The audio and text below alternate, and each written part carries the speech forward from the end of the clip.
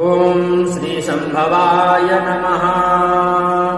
अथ श्रीशिवमानसपूजास्तोत्रम्।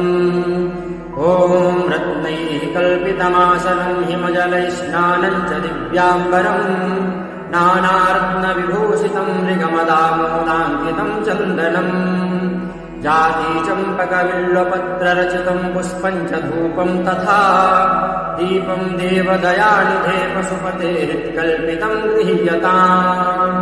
सौवर्णेन वरत्नखण्डरचिते पात्रे हितम् पायसम् भक्ष्यम् पञ्चविधम् पयोदधियुतम् रम्भाफलम् पानकम् शाखानामयुतम् जलम् रुचिकरम् कर्पूरखण्डोज्ज्वलम् ताम्बूलम् मनसा मया विरचितम् भक्त्या प्रभो स्वीकुरु।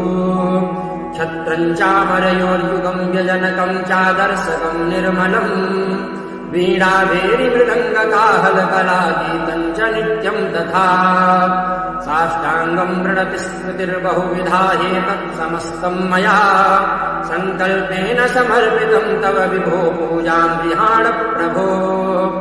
आत्मा तुम् गिरिजामतिः सहचराः प्राणाः शरीरम् गृहम् पूजा ते विषयोपभोगरचना निद्रा समाधिस्थितिः सञ्चारः पदयोः प्रदक्षिणविधिस्तोत्राणि सर्वा गिरो यद्यत्कर्म करोमि तत्तदखिलम् शम्भो तवाराधनम्। करचरणकृतम् वा कायजम् कर्मजम् वा श्रवणनयनजम् वा मानसम् वा पराधम् विहितमविहितम् वा सर्वमेतत्क्षमस्व। जय जय करुणाब्धे श्रीमहादेव शम्भो जय जय करुणाब्धे श्रीउमादेव शम्भो। ॐ श्रीमच्छङ्कराचार्य विरचिता शिवमानसपूजा स्तोत्रम्। ॐ श्रीसाम्ब सदाशिवार्पणमस्तु।